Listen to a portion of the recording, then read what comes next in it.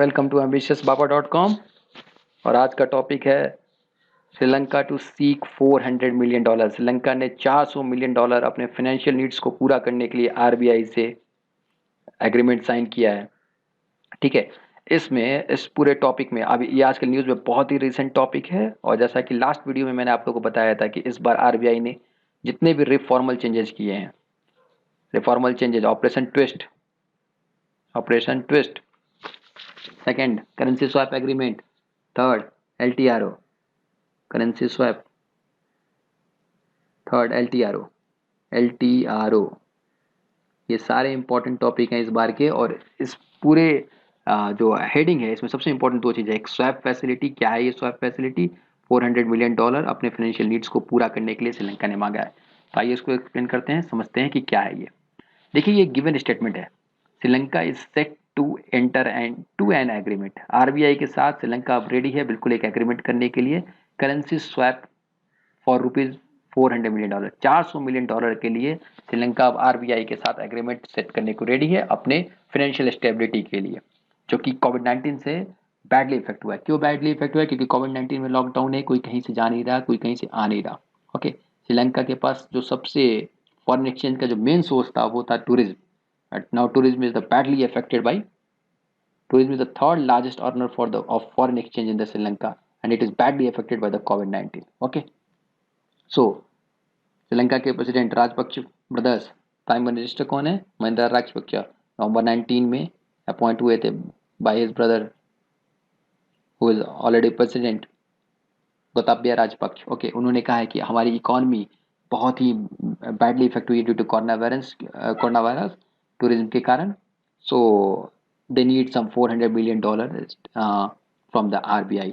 क्या, लेकिन इसके पहले ये जो करेंसी स्वैप है, इस करेंसी स्वैप को समझना बहुत जरूरी है। करेंसी स्वैप फैसिलिटी है क्या? करेंसी स्वैप एक बहुत ही रेगुलर प्रचलन है। ये एक नॉर्मल सा प्रोसीजर है जो कि सारी कंट्री फॉलो करती हैं अपने नेबरिंग कंट्रीज को या अपने किसी और कंट्रीज को हेल्प करने के लिए। कि क्या है स्वैप मतलब? होता है क्या स्वैप मतलब? बदलाव, exchange of something. Now currency swap, currency को बदलते हैं। एक country A, country B, financial needs की जरूरत है, दोनों के बीच में एक बायलैटरल एग्रीमेंट साइन होगा। Bilateral agreement with some predetermined terms and the condition.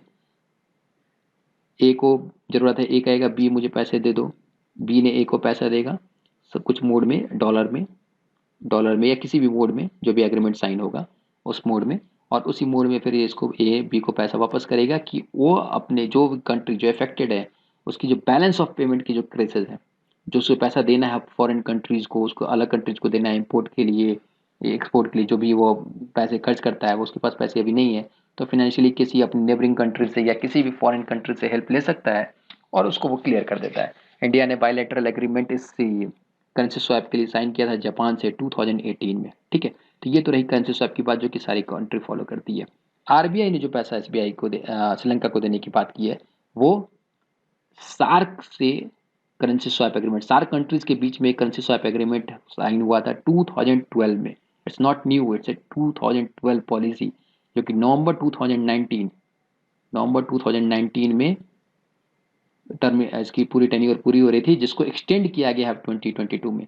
Next slide में देखेंगे, एक minute. SAARC currency swap facility framework came into operation on 15th November. Now it has been extended up to 13th November 2022। बहुत important point, इसको note कर लीजिए। US dollar किस किस mode में स्वैप सार्क के बीच में?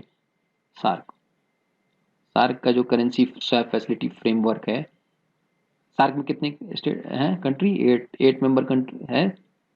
कौन कौन से? अफगानिस्तान, बांग्लादेश, भूटान, इंडिया, मालदीव्स, नेपाल, पाकिस्तान, श्रीलंका।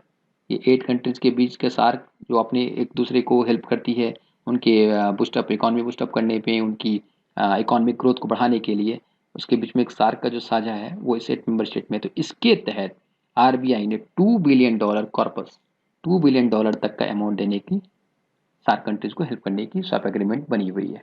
ठीक है, जिसको एक्सटेंड किया गया है नवंबर 19 में टिल 2020 तक।